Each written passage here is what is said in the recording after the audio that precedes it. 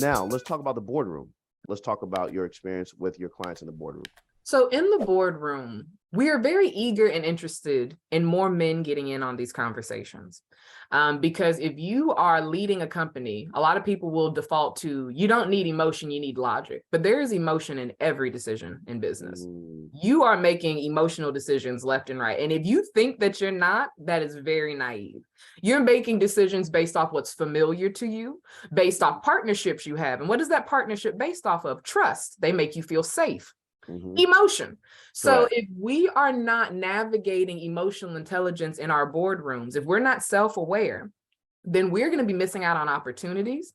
We're also going to continue to do a lot of the same things and not push the edge to have change come in, because we see it as a risk and not as a chance, not as that opportunity that it actually is.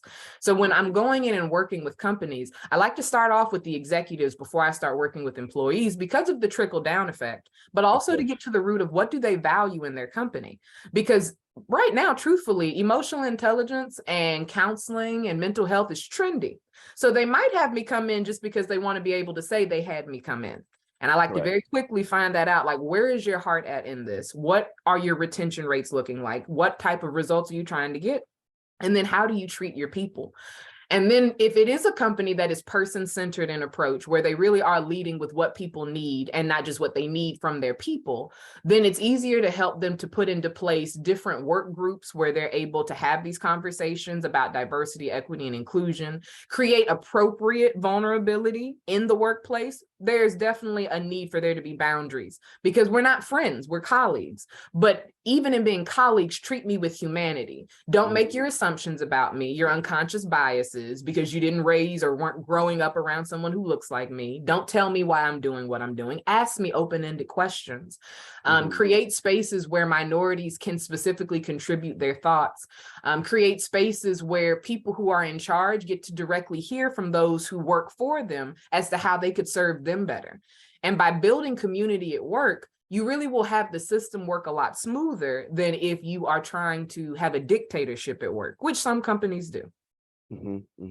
So, all right, so let's talk about this then.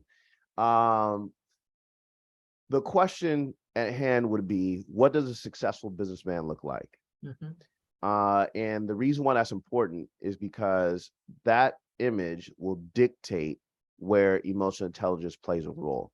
In my personal experience, emotional intelligence was not in that image. And for most men that I spoke to, it's developed later, and they see the requirement for it later. But in a lot of cases, it's perceived that men get what they want because they force their will to get what they want. They are of strong reserve, strong will, strong mind. So you don't see, and if you cross me, I'm gonna crush you. That's the. So I'm not gonna say the emotion doesn't play a role, but I'm gonna say that in my experience, the emotion that you lean on is power and anger. Well, power is not emotion, but feeling powerful, I think.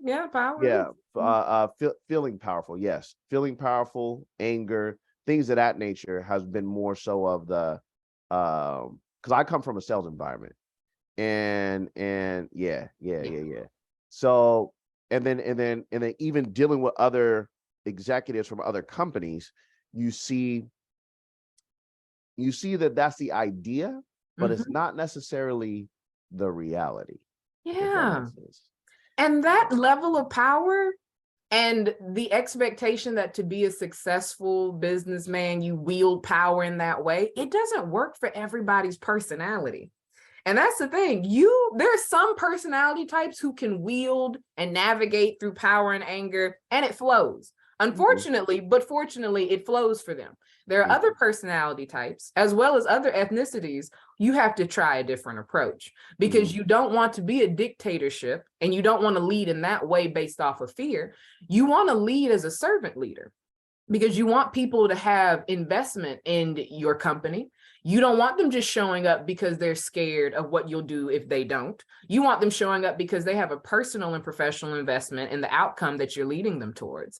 So when people have the mindset over, I need to be a powerful businessman, be powerful with love. And love does not make you weak. Love can make you very discerning. Love your people, and you can love them professionally because of how they are supporting the overarching goal that this company has. So be clear about your mission.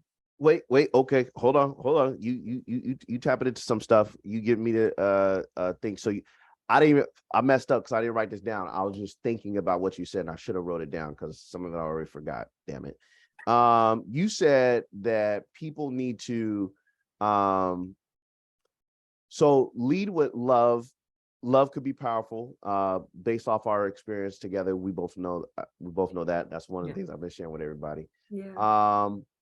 But you also mentioned Jesus. Let's recap that real quick, because like discernment and not just discernment, but you said that people should be able to come in and lead with a servant leadership. There we go.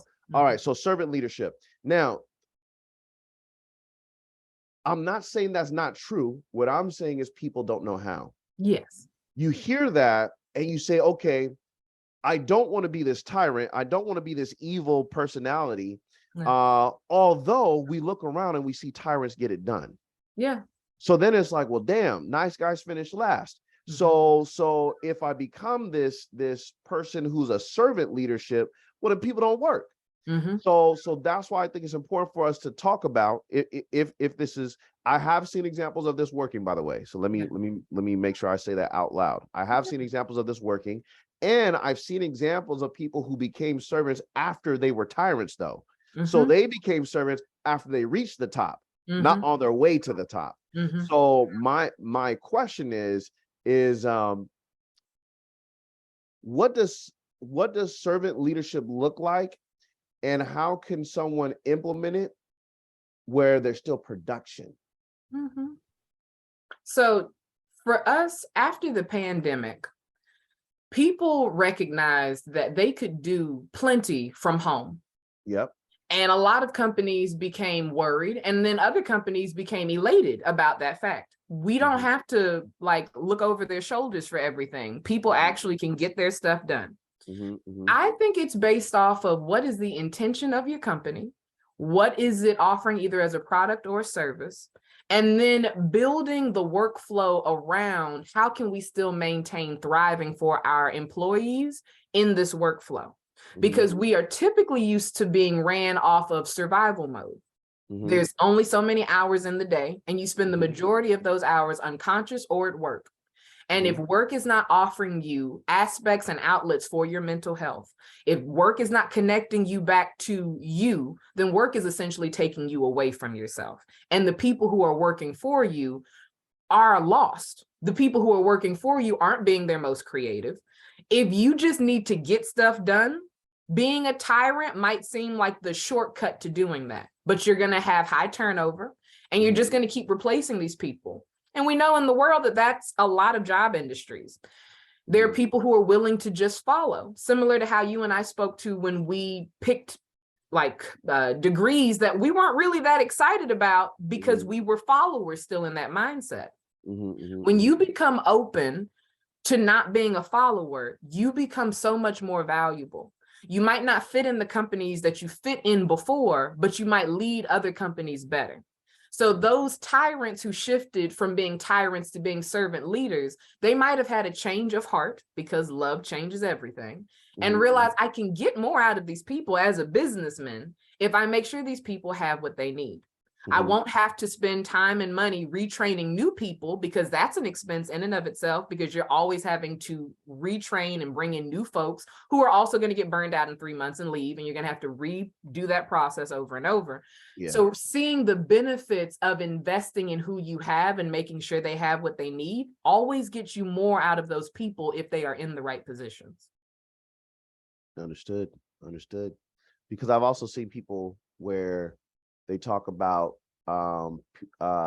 people are cannon fodder. It's, I mean, if you don't like it, leave. There's someone else who's going to fill your position. Absolutely. So I've seen both, and I'm not giving pushback. I'm more so, I want to dive into the dialogue because I know that there's people that want to do the other route, but they don't even know what it looks like. They don't know how it could be beneficial. But no, let me add this in, because I know you're going to understand. They don't do it because it's unknown to them. Correct. And we all know that anything that's unknown to us, we're going to actively avoid until we make the choice that the unknown has more to offer than what we know. And 100%. The 1% who is leading all of this, like, really kind of toxic work environment behavior, they do lean into the unknown and make changes at a level that they're not afraid of the risk. They're actually seeking the opportunity in the risk. When you've gotten to an elevated level enough, you're not a follower.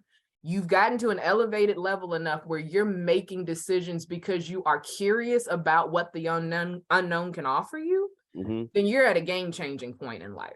And for a lot of people who are stuck in survival mode, I can't afford the unknown. I can't afford to go out of that. That's very true. And not everybody who's in survival mode is just the employee. There's some executives who are in survival mode too. And so they're going to lead with fear, and they're going to lead with power, because that's what makes them feel safe. 100%. 100%.